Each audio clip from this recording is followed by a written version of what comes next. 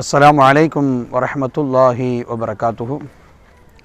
கண்ணியத்திற்குரிய அல்லாஹ்வின் நல்லடியார்களே, இந்த உலகில் நம்மை படைத்து பரிபாலித்து கொண்டிருக்கக்கூடிய ரப்பு நம் மீது வைத்திருக்கக்கூடிய பாசத்திற்கும் அவன் நம் மீது வைத்திருக்கக்கூடிய அன்பிற்கும் அளவுகோல் என்பது கிடையாது.